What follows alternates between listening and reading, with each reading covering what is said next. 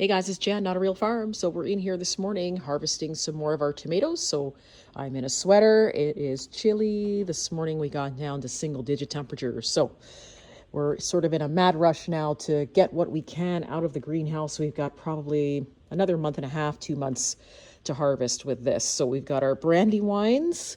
You can see here the temperature's changing, so it cracked. So at this time of the season, what happens is once I get past the whole thing of making as much pasta sauce as I can, is now the freeze dryer kicks in.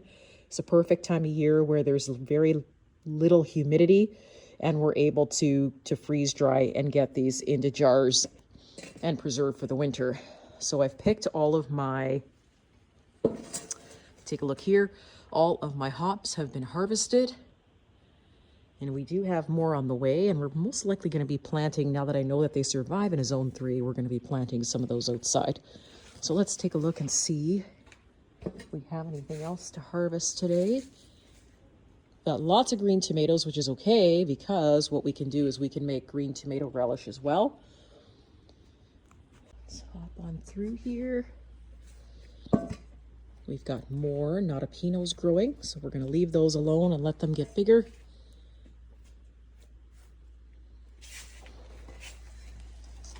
Everything's starting to smell spicy in here. It's awesome. All right, so guys, this looks like grass, but it's not. It's actually purple rice. So we'll see if we get any grains off of this. And if we do, then we'll be able to continue to grow that, and we'll throw some seeds up in the store to share. In the meantime, we've got to get a lot of these tomatoes harvested and out of here.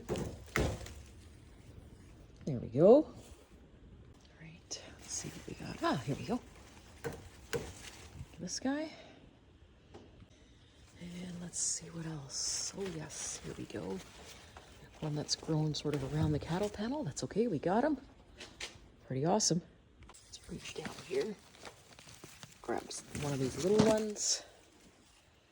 I get to this part in the season and I'm in cleanup mode, so that's sort of where I am. We'll start getting a lot of this stuff into the freeze dryer now, so we got to get that. All right, let's take a look through here. Oh, we've got actually quite a few. Let's take this one. The other two aren't ready yet. Awesome. We have a couple, I think, down the bottom here. Just small ones. Oh. Now I want to show you guys the tomato that I'm calling. Oh, here goes that scared me. My vents are opening automatically now. The sun is coming out.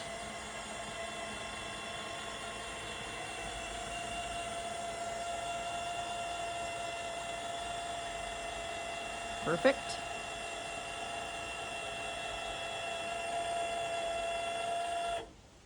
As I was saying, I want to show you guys what I'm calling the prime prize beauty of tomatoes. All right. She's not ready yet, but check out the size of this tomato. It's like the size of a mini pumpkin. I'm waiting for this, so you know, if I name a video the prize beauty, that's the one we're going to measure. We're going to put it on a scale and we are going to weigh it. That is a Sicilian saucer tomato, and it's probably one of the biggest tomatoes I've ever grown, and for whatever reason, it is huge. It's going to be definitely about 2 pounds or over. So I'm going to name it the prize beauty. When you see that video, you'll see me weighing it, and we'll see how much it weighs, but it'll be fun. So guys, we're getting around to this tomatoes kind of slowing down a little bit. We've done a lot of sauces. Next on the list is chili.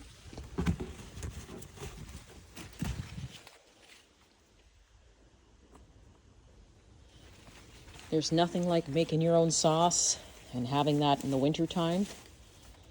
It is a lot of work, no doubt, but it is definitely satisfying. Okay, we've got just a bunch of little tomatoes down here. Grab these. That in here. And then we're going to head on through and probably take a look at our woolly cates. Holy crow, I missed a whole bunch. Look at this. Wow. I can't believe I missed those. I guess it's just because they're hanging lower, but beautiful tomato. Here we go.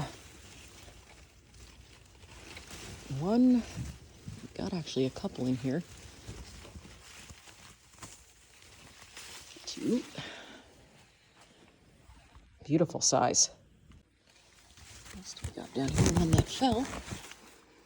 He's a little bit premature, but that's okay. Let's grab this one. Excellent. Once again, I did not bring a big enough bucket. Here we go. Trusty Chapman's bucket. Let's get some more tomatoes. We are going to swing around here. All right. Here is our, I'm going to reach on my tiptoes, mortgage lifters. What do we have around here? Oh, we have a couple. There we go. Take this guy. Awesome. We could take this guy, but he's a little bit pinky. We'll leave him there. All right. Oh, here we go.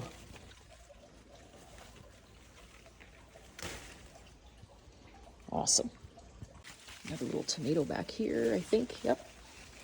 Way in the back.